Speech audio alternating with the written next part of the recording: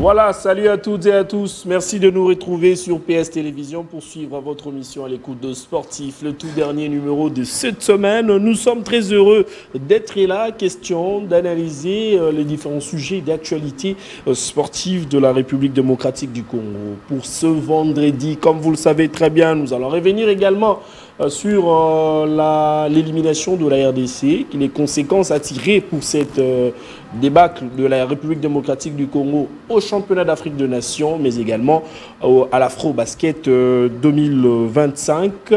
Et puis nous allons bien sûr parler de cette liste de Sébastien Desabre qui a donc mis à la disposition de tous les sportifs congolais. Question de savoir également qui sont les élus pour cette rencontre cruciale que nous allons jouer également contre la formation du Sénégal pour le mois de septembre. Nous allons bien sûr le faire et l'analyser avec un invité sur ce plateau. Il s'agit bien sûr de Nathan Kilimba qui nous fait l'amitié à l'habitué. Bon, bien sûr, cette émission, il nous fait l'amitié d'être là. Bonjour et bienvenue Nathan.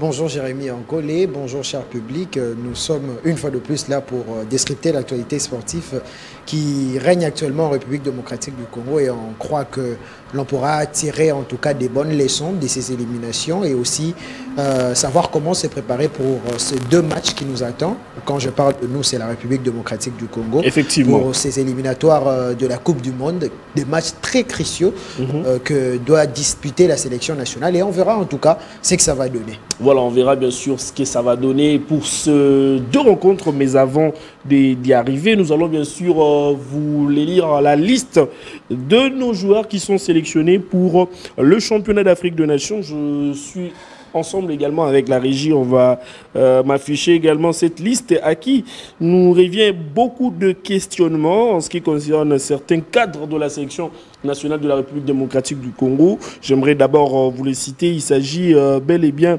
chez les gardiens Timothy Fayoulou qui est donc sans club actuellement. Il y a également Lionel Passy qui est transféré au Havre. Il y a également Dimitri Berthaud qui est donc son club. Il y a également côté défenseur, on sent également l'arrivée de Van Bissaka, joueur de West Ham en Angleterre. Géléon Kaloulou qui est fraîchement transféré du côté des Chypres, lui qui a fait une bonne partie de début de saison avec son club de Lorient, lui qui est parti également du côté des Harris Limassol. Arthur Maswaku, le nouveau joueur de la formation de Sunderland, lui qui effectue son retour en Angleterre. Il y a également Joris Kayembe avec Genk, et lui qui de son côté a su également s'imposer hier lors du barrage de la Ligue Europa. Il y a également Steve Kapwadi qui fait son entrée dans la tanière, je dirais officiellement, pour une rencontre aussi cruciale.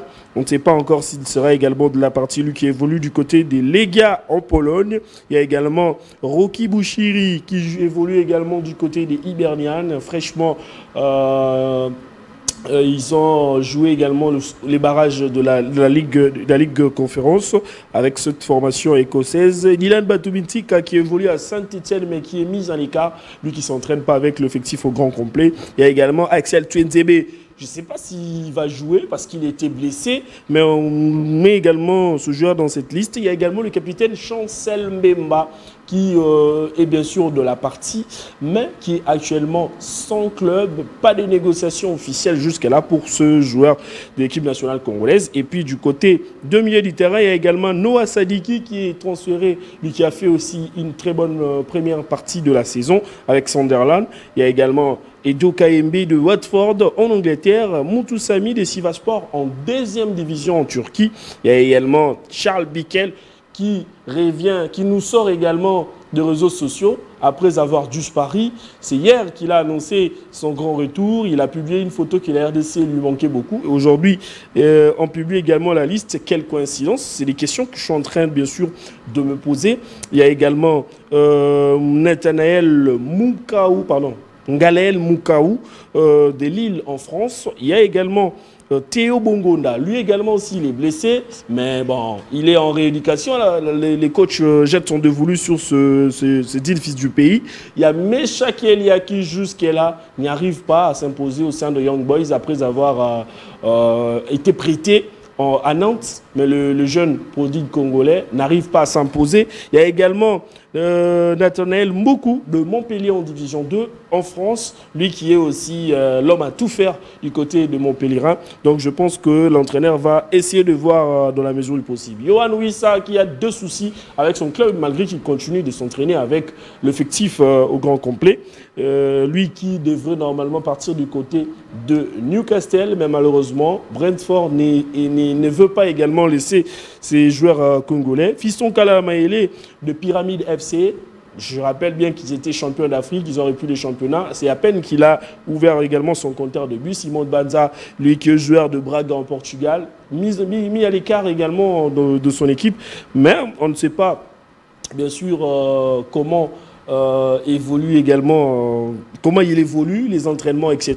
Il y a également Samuel Essendé de Hansburg du côté de l'Allemagne. Il est encore proposé même pour aller également du côté de Naples. Nous allons voir comment les choses vont aboutir, puisqu'il y a également Romelu Lukaku qui est blessé pour 4 mois. On ne sait pas si et seulement si les transferts vont être concrétisés pour ce joueur international congolais. Et puis enfin, il y a également Cédric Bakambu avec le Betis, lui qui bien sûr a été aussi mis en vente. Mais jusqu'à là, il continue toujours à demeurer dans l'effectif. Il a dit qu'il attend des propositions concrètes, bien que le Brésil était bien sûr venu, mais bon, ils se sont écartés d'eux-mêmes pour anticiper également des négociations, pour enrôler également le Congolais. C'est pareil aussi à Chancel Mbemba, qui la formation de Vasco de Gama au Brésil avait aussi des intérêts pour ce joueur, mais malheureusement, il n'y a pas eu une bonne conclusion. Nathan Kilimba, j'ai quand même cité 2 joueurs clés. On sent quand même qu'il y a aussi de nouveaux venus au sein de la sélection. Il y a des blessés, il y a des joueurs qui ne jouent pas. Des sabres apparemment mélanger tout le monde dans une même assiette. Et ça peut être quoi la formule? Est-ce que des sabres aura de solutions adéquates ou attendues, ou ça sera carrément un risque qu'il a pris et qui peut coûter également cher à la RDC, puisque nous jouons un match très important dans ce mois de septembre? Eh bien, moi, je pense que Sébastien Desabre n'a pas voulu aller dans l'extravagance ou nous proposer quelque chose de nouveau. Il est resté sur des bonnes bases, les bases qui lui ont permis, en tout cas, de rafler cette première qualification avec lui à la tête de la sélection à la CAN. Cette même équipe qui lui a conduit, en tout cas, dans ses éliminatoires. Il a voulu continuer, en tout cas, ce travail qu'il abat depuis près de 2 ans déjà. Mais bon, c'est un risque. Moi, je dirais que c'est un risque. Nous le savons tous que nous sommes à quelques jours de 2 grandes rencontres qui vont sanctionner la participation ou non de la République démocratique du Congo à la prochaine Coupe du Monde qui va se disputer en 2026 aux États-Unis.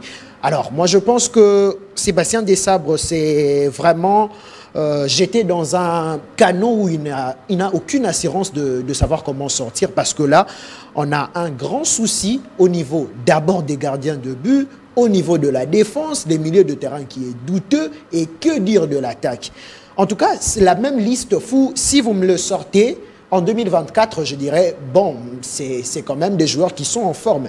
Mais avec l'avancement de choses, on arrive à comprendre que ce même joueur-là, bien qu'ils ont un statut au niveau de la sélection nationale, mais il y a un problème. Ils ne sont plus à niveau. Il y a certains, quelques-uns, on doit quand même les dire, qui se démarquent dans ce lot, notamment avec Noah Sadiki, qui est auteur vraiment d'une très belle prestation du côté de Sunderland, où il est fraîchement transféré.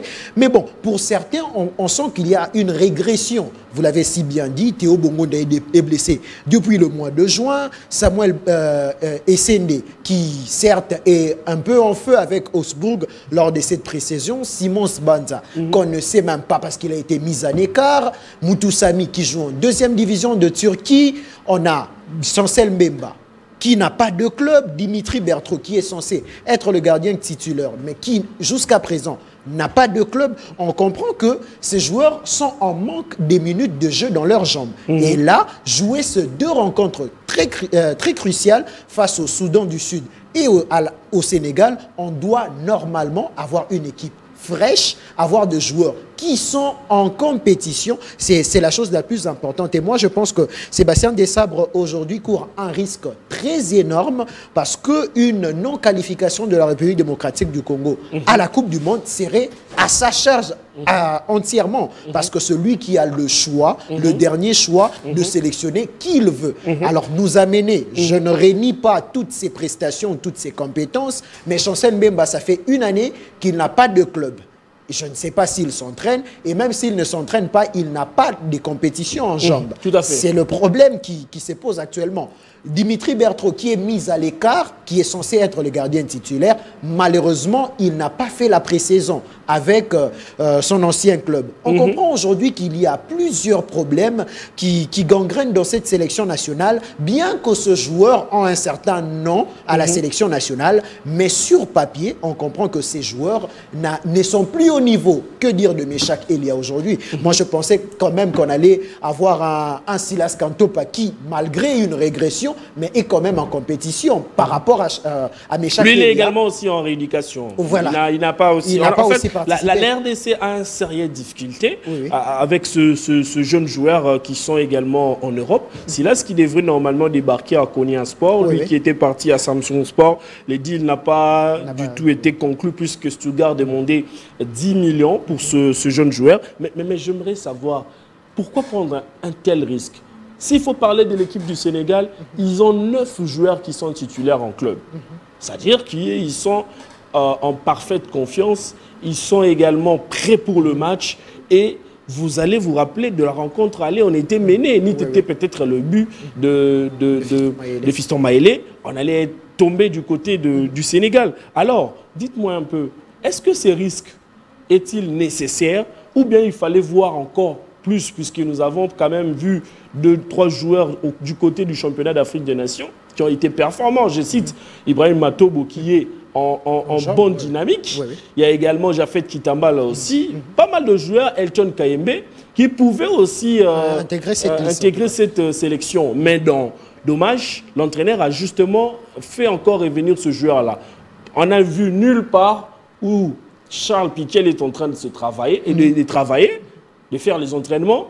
Il y a également le joueur Chancel Mbemba, nulle part où on a vu qu'il travaille, mais quand même l'entraîneur a fait le choix en question. Est-ce que ce n'est pas un choix qui peut coûter cher à la République? Évidemment, ce choix peut coûter cher à la République parce que quand un joueur n'est pas en jambes, les conséquences restent sur le terrain. Aujourd'hui, on a une équipe qui, moi je dirais, n'est que le reflet n'est que l'ombre de lui-même. On ne peut plus dire que la RDC, c'est cette même équipe que Desabre avait recueillie lorsqu'il a été placé à la tête de cette sélection. Parce qu'aujourd'hui, il y a un certain dynamisme négatif qui s'est en tout cas imposé dans cette sélection. Ceux qui étaient en jambes ne le sont plus actuellement. On souffre de ce syndrome-là, je dirais, de cadre en sélection nationale. Alors qu'en sélection nationale, on prend le plus performant du moment. Alors que nous, actuellement, nous faisons l'inverse de ce qui doit se faire. Nous prenons des noms et non les performances. Parce que s'il faut parler des performances, on a vu ce qui s'est passé à la CHAN, on a vu ce qui s'est passé en fin de saison, et la pré-saison a déjà débuté. Il y a certains qui ont déjà repris le chemin de championnat. On voit ce qui s'est fait. Alors il fallait que ce joueur intègre en tout cas cette sélection. Moi je pense qu'il y a plein de joueurs qui méritaient en tout cas leur présence dans cette sélection. Vous avez parlé de Matobo qui a quand même fait une bonne compétition du championnat d'Afrique des Nations. Que dire d'Elton Kayembe? Que dire aussi d'Afini Kopouloulou qui a également porté les gars sur ses épaules, Jagiellonia, pardon, sur ses épaules. Alors moi je pense qu'aujourd'hui, ce syndrome des cadres de la sélection peut nous amener à une très grande désillusion que nous allons regretter plus tard parce qu'aujourd'hui, on comprend que cette sélection est en perte de vitesse par rapport au Sénégal qui actuellement, comme vous l'avez si bien dit, a plus de 9 joueurs qui sont de titulaires aguerris dans leur club. Il y a Lilian Ndiaye, Sadio Mané, bien compris retraite, mais il est en jambes par rapport à un Chancel Mbemba par exemple, très efficace également. On a plusieurs joueurs, Nicolas Jackson et autres, qui sont en jambes, mais contrairement à la République démocratique du Congo, on sent que ce petit problème-là de manque de minutes de jeu peut peser également à cette série.